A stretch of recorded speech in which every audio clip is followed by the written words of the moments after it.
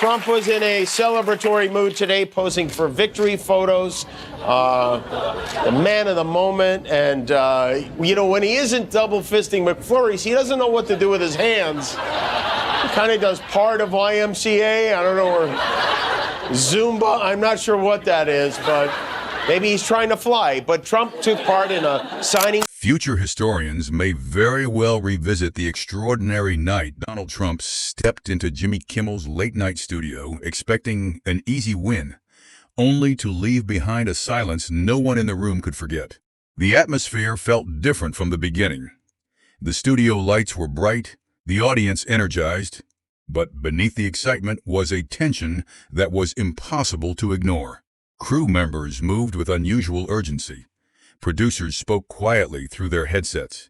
Camera operators stayed locked in position with intense focus, as if everyone understood this was not going to be a routine guest appearance. At center stage, Jimmy Kimmel sat behind his desk, flipping through notes with calm precision. Across from him, an empty chair waited for the guest who had finally agreed to appear after weeks of public back and forth. Their televised exchange. Here he is talking about the close proximity between Iran and Qatar. They're literally, you walk over from Iran to Qatar. You can walk it in 1 second. You go boom, boom, and now you're in Qatar. Oh, God, I didn't know you go boom, boom, and you're in Qatar. And then we looked it up, and it turns out the reason I didn't know it is because it's wrong. It's very, very wrong. You cannot walk from Iran to Qatar. You could swim 150 miles. Had already generated endless headlines. But now the audience was about to watch something far more direct.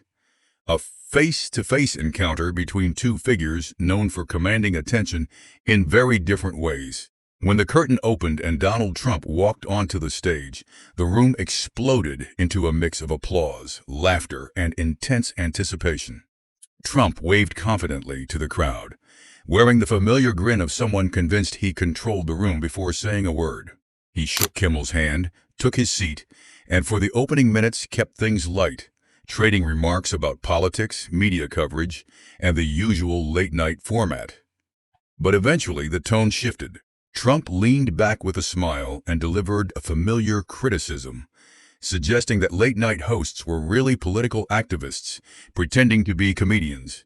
The audience responded with nervous laughter as he continued, accusing television hosts of caring more about personal attacks than comedy itself.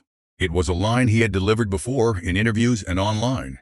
Yet Kimmel didn't answer with anger. He didn't interrupt. He didn't challenge him directly. Instead, he stayed remarkably calm. He nodded, paused, and quietly said he had actually planned to talk about something else entirely. That response instantly changed the room. The audience leaned forward as the large screen behind them flickered on. Kimmel explained that his producers had pulled together several archived clips. Then the first video played, showing Trump making a confident public... These people are a crime family, a very dumb crime family. The Gambozos, if you will. He said his father is an artist with real estate. Yeah, he's an artist.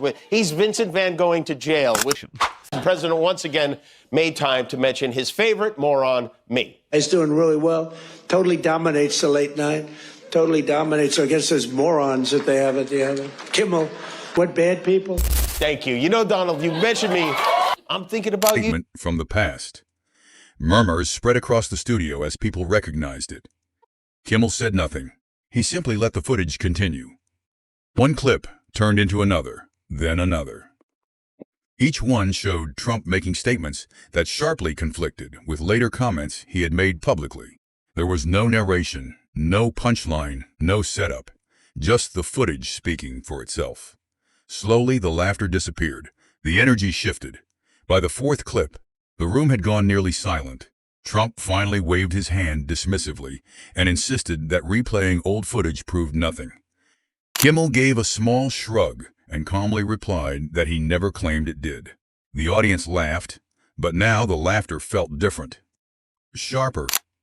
More aware, every attempt Trump made to dismiss the clips as out of context seemed to deepen the awkwardness instead of dissolve it. Kimmel folded his hands on the desk and simply waited. He allowed the silence to do the work. Then he quietly added that sometimes the strongest comedy comes from letting people hear exactly what someone has already said. The room erupted. Applause rolled through the studio as Trump forced a tight smile, visibly irritated as the moment slipped beyond his control. Cameras captured the contrast clearly. A frustrated guest pushing to regain momentum, and a calm host who never once needed to raise his voice to hold it. By the end of the segment, the tension gave way to laughter, applause, and visible respect for the restraint Kimmel had shown throughout the exchange. By the next morning, clips from the interview had spread across the internet. Viewers debated who had won the encounter, but many came away with the same conclusion. Kimmel hadn't tried to overpower Trump. He had simply held up a mirror and allowed the audience to make up its own mind. That became the defining image of the night. Not a shouting match, not an insult, not a dramatic confrontation. It was timing, calm silence used with precision, a reminder that the strongest response doesn't always come from speaking louder than the other person. Sometimes it comes from stepping back far enough for the truth to speak clearly on its own.